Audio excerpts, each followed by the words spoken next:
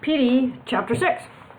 As Petey was wheeled over to the day room for breakfast, his mind raced. He knew what poison meant from idle talk overheard in infant's ward, but he had no idea what poison looked like.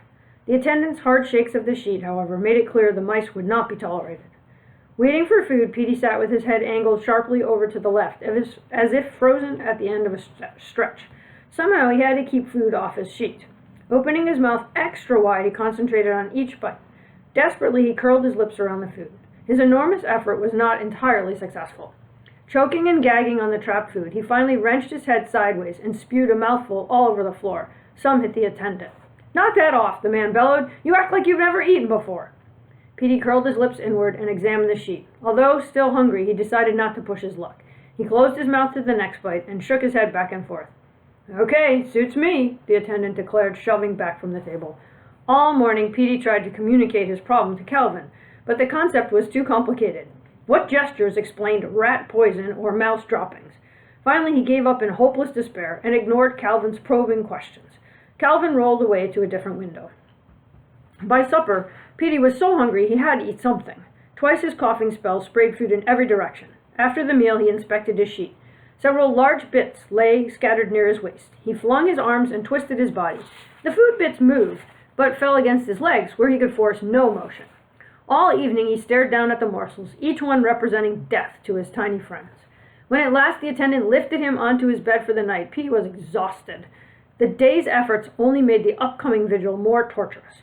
As the light switched off, Petey listened in the dark for any sound of his friends. Once a faint shuffle sounded on the hard floor, and Petey convulsed his body. The sound disappeared. When the furnace first kicked on, he saw William nosing his whiskers over the edge of the chair. Petey flailed his arms wildly and watched his friend scamper away. 3 more times during the night he grunted and struggled against sounds from the darkness. Finally, Petey could no longer keep his eyes open and submitted to his weariness. He slept until the furnace roared to life and jarred him awake. Skimming his eyes back and forth across the sheet, Petey sighed with relief. He spotted no movement. Then he looked down in horror. A little furry pile had curled up next to his leg. Esteban! Petey watched the small mouse for several long minutes. Esteban cuddled closer and tucked his tiny nose snugly between his feet. Twice Petey tried to strike out at his friend, but his body froze and refused to act. Esteban trusted him and would not understand this act of betrayal. Petey's feelings tore at his conscience. Any further stillness condemned Esteban to death. Finally, with a sudden jerk, Petey closed his eyes and brought his arms crashing against his leg near where the little mouse slept. Esteban scrambled frantically out of his cozy nest as Petey's arms pummeled him, sending him tumbling to the floor. Petey let out a pinched cry and continued flailing his bent arms in a frenzy. He kept his eyes closed. One bed away, Calvin had awakened to find Petey lashing out at the mouse that so often cuddled near his side. Even after the little mouse hit the floor and scurried away, Calvin watched Petey whip his arms up and down, eyes closed tightly in a grimace.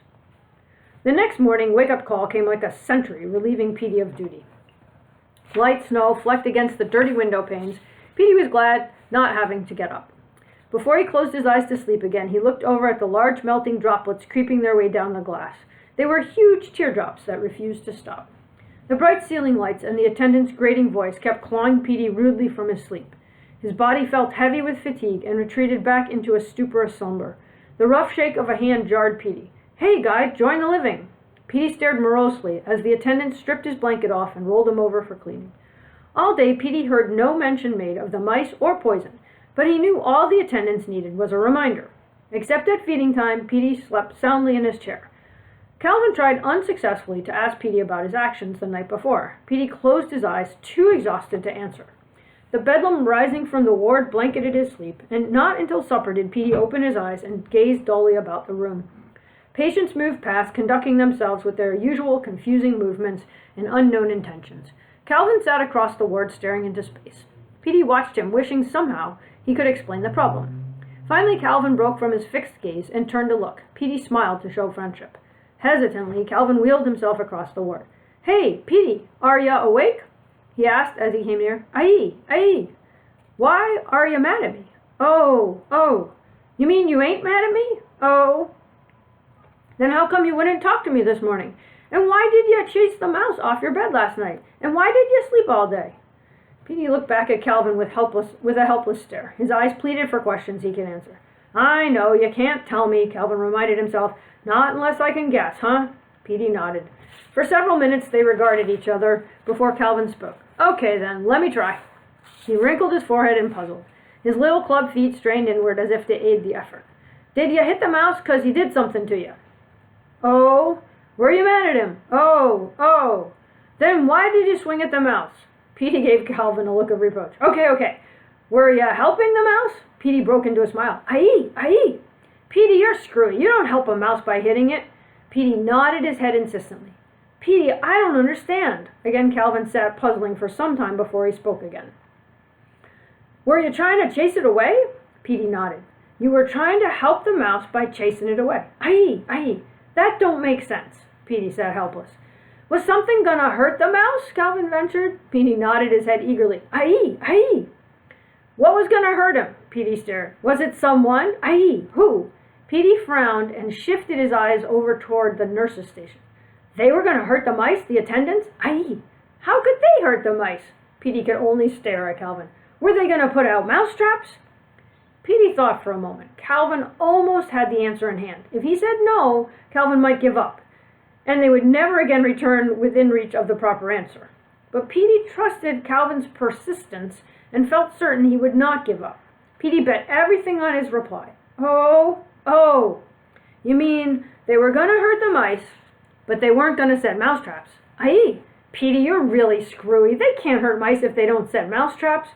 Now Petey worried. Maybe Calvin didn't know about poison. He looked at Calvin with a pleading look, begging him to keep trying. How else can they hurt the mice, Petey? Petey waited silently. Calvin bit at his lip and scratched both sides of his head. Finally, he threw his arms up. I don't know. Maybe with poison? Petey jerked his arms wildly. His face lit up with a smile, and he squealed his answer. Aye. They're going to use poison? They said that? Aye. Petey jerked his chin up and down. His excitement went beyond the poison. Today he had successfully communicated a thought. He had broken through the invisible barrier guarding his mind.